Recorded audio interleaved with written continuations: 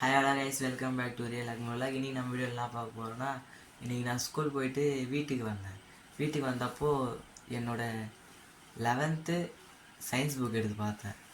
அது எடுத்து பார்க்கப்போ அட்டையில் இருந்தது ஒரு கவிதை, அப்புறம் பை கீழே டாக்டர் ஏபிஜே அப்துல் கலாம்னு இருந்தது.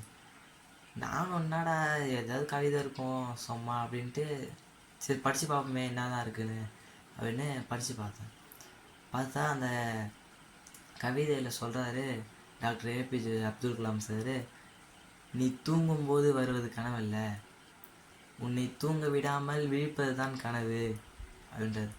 நம்ம கனவுல நாய் பூனை பிசாசு அது மாதிரி வரும். பட் அவர் கனவு பாருங்கள் எப்படி இருந்திருக்குங்க. அவர் யோசிச்சு எழுதியிருக்காரு பாருங்கள். அவர் என்ன சொன்னது புரியுதா? நீ தூங்கும்போது வருவது கனவு அல்ல. நம்ம தூங்கும்போது பேய் பிசாசு அது மாதிரி வரும், பட் அது கனவு இல்லை. நம்மளை தூங்க விடாமல் விழிப்பது தான் கனவு.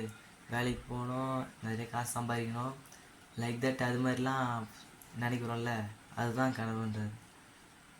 வீடியோ பிடிச்சிருந்தால் லைக் பண்ணுங்கள், ஷேர் பண்ணுங்கள், சப்ஸ்கிரைப் பண்ணுங்கள். தேங்க்ஸ் ஃபார் வாட்சிங்.